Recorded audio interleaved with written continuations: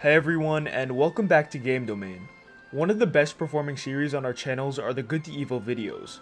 The concept is pretty self-explanatory. We pick a game or a series of games and rank their characters from good to evil. In this video, we'll be looking at a game with a very interesting set of characters, Super Mario Odyssey. The rankings in this video aren't nearly as obvious as you might think, so stay tuned. With that being said, this is Matt from Game Domain, and here is a Super Mario Odyssey character we believe to be the most good, Yoshi. Yoshi is just way too wholesome in Mario's world of big baddies and mind transfer techniques. Yoshi's just like to jump and flutter and eat fruits, and there really isn't anything more wholesome than that. Luigi. Speaking of wholesome, the Luigi in Mario Odyssey is arguably one of the most wholesome versions of Luigi we've seen yet. He dresses up in a goofy, yet professional costume with balloons and a bow tie. The gig he's running with Luigi's Balloon World and his all-around silly attitude makes Luigi one of the most pure characters in Odyssey. Captain Toad. Much like Yoshi and Luigi, Captain Toad is just so incredibly pure. He's always happy to travel the world and give moons to Mario with a smile on his face, making him one of the most genuinely good Mario characters. Dogs. Dogs are freaking awesome. They're cute and they're awesome, and you could bounce on their heads, and sometimes they lead you to a moon, and yeah. Rabbits. They're like dogs, but dogs are better. Mayor Pauline. When Mario visits the mayor in New Donk City during the attack, she says, "I'm sorry, but I really don't have time to chat right now. I need to figure out a way to save my city." Between being concerned for the city she's running, all-around wholesome attitude, and the banger concert she puts on for her people, Pauline seems like a really good person. Toadette. Toadette gives you free moons just for random things like jumping. How nice. Steam Gardener. They're just the kingdom's NPCs, but they garden, which is probably really good for the earth, and it's pretty wholesome. Nice. Lakitu. Speaking of wholesome hobbies, Lakitu fishes, which is super pure, especially considering his villainous background. Ex-baddie Lakitu won't even attack Mario anymore. This reformation makes him seem like even more of a good guy. Takatu. Takatu gives hints on where to find moons. Even though his tips aren't the best, he dishes them out for free, and free is awesome. Music Toad. Like a lot of the good guys on our list, Music Toad is just super wholesome. Music is a great passion to have, and his love of jamming out to Mario tunes is too pure. Hint Toad. Hint Toad offers great hints for moons at a modest 50 coins. The reasonable price and nice service makes Hint Toad seem like a pretty stand-up dude. Jaxi. Similar to Hint Toad, Jaxi offers a great service for a cheap price. His service isn't quite as good as Hint Toad's, but his speed is appreciated. Toad. This entry is considering toads as a species, not any specific toad in particular. Overall, toads are pretty wholesome and non-evil characters, so I'd put them in between the helpful Jaxi and the next entry in our list. Sphinx. Slightly less good than the toad species is the Sphinx. The Sphinx doesn't do much good or much evil, but he has a fine and respectable hobby, which is trivia. Chivarian. Chivarians don't do much evil or much good, but they're pretty pure and adorable, which makes me think they couldn't be capable of much evil. Glydon. Similar to Chivarians, Glydon is also super pure and just seems like a pretty chill creature. Although not as wholesome as the Chivarians, Glydon comes pretty close. Tiara. As one of the two damsels in distress in Mario Odyssey, I should be ranking Tiara as one of the most good characters in the game, right? Well, it's not that simple with the bonuters. The bonuters are a species of hack creatures in Odyssey that have the ability to possess the soul of other creatures, which I don't think I need to tell you is morally wrong. Although there isn't any evidence that Tiara, one of the bonuters, has possessed anyone's soul, she has a capability to do so, which is why I can't rank her as a more ethical character. Princess Peach. Wait, Princess Peach? Why wouldn't she be number 1? Shouldn't she be ranked the most good character in the game? She is the primary damsel in distress, after all. And she likes to travel, which is pretty wholesome. Well, she's not ranked that low. She's still ranked as one of the most good characters in the game. However, a lot of the characters ranked before her don't have any solid evidence of anything even remotely morally gray, while Peach kind of does. In the cutscene at the end of the game, after Mario conquers loads of kingdoms and baddies to save the princess, Peach just takes the Odyssey and straight up leaves without him. Mario ended up jumping off of Bowser's head to catch up with her, but how could she have known that that would happen? It's possible Mario could have been left stranded on the moon with Bowser if he didn't latch onto the Odyssey in time. I know that reason is a bit nitpicky, but I have to go with all the information that's presented in Odyssey. Desert Wanderer. The Desert Wanderer has sunglasses and looks funny. Pretty wholesome, pretty cool. Bublanian. The Bublanians don't do or say much to make me think they're necessarily good or evil, but they have really wholesome designs. Another pure aspect of the Bublanians is that they're fans of my favorite sport, volleyball, so I'll give them some brownie points. Goombette. The female Goomba just wants a male mate, and there's nothing wrong with that. Volbonman. Like most of the NPCs for the kingdoms, there really isn't much to make me think that they're necessarily good or evil, which is why a lot of these NPCs are in the middle of the ranking. They're not necessarily good or evil, and I'm only putting one behind the other based on wholesomeness of their design. That being said, the Volbonians have a great hobby, which is cooking, which is pretty wholesome in my book. Toasterinans.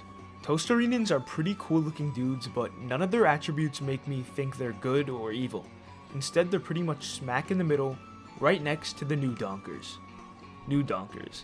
These city folk are very similar to the Toasterinans, but the more appealing design of the Toasterinans bumps Knucklotheks down one slot.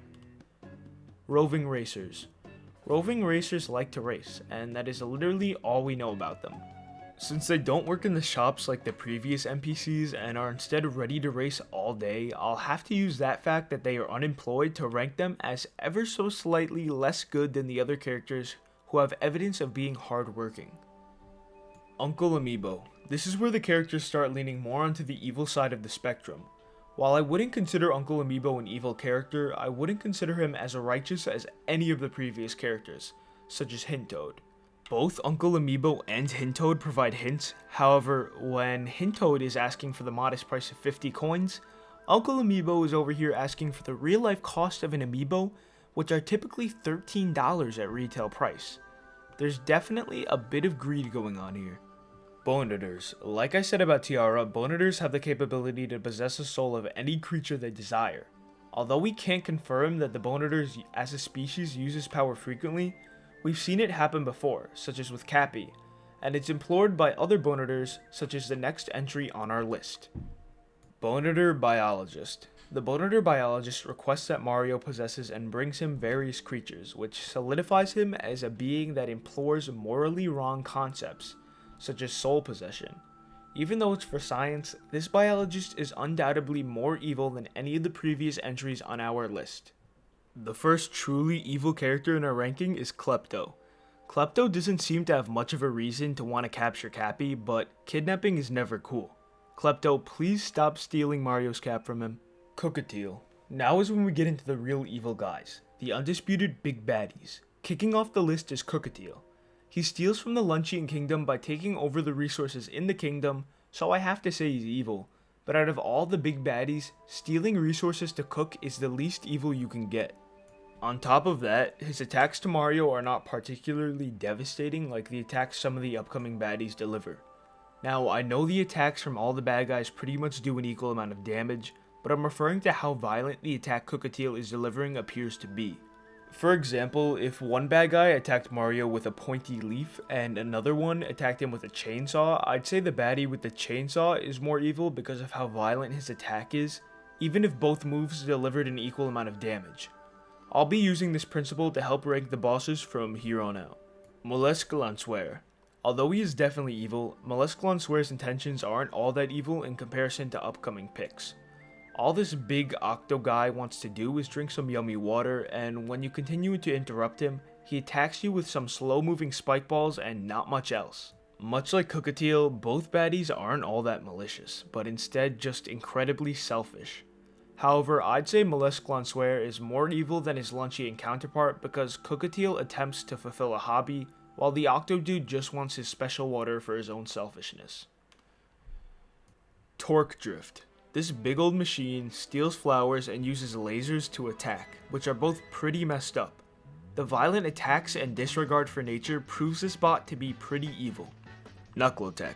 Knucklotech attacks Mario primarily with his hands, and fighting with your own body makes it seem a lot more personal and a lot more violent than with slow moving spike balls or spewing lava towards a lava bubble. Next up, we've got Mecha Wiggler.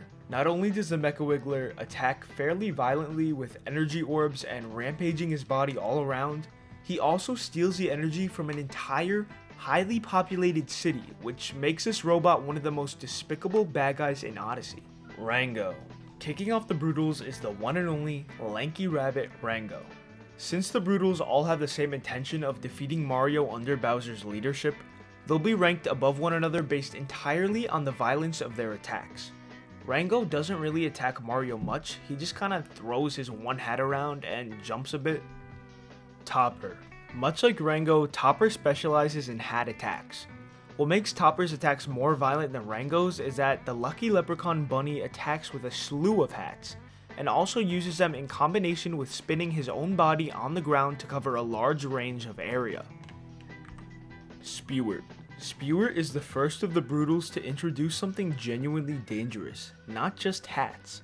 Spewer attacks Mario with poison by spinning around in his hat. These attacks are certainly dangerous, but not as dangerous as the next entry on our list, Harriet. The most evil of the 4 Brutals is Harriet. She attacks with bombs, and more bombs, which I'd bargain is a more maliciously violent means of attacking than any of the previous Brutals. Madame Brood and her Chain Chompkins. This duo seems to be the most violent and malicious of all the bunnies by far.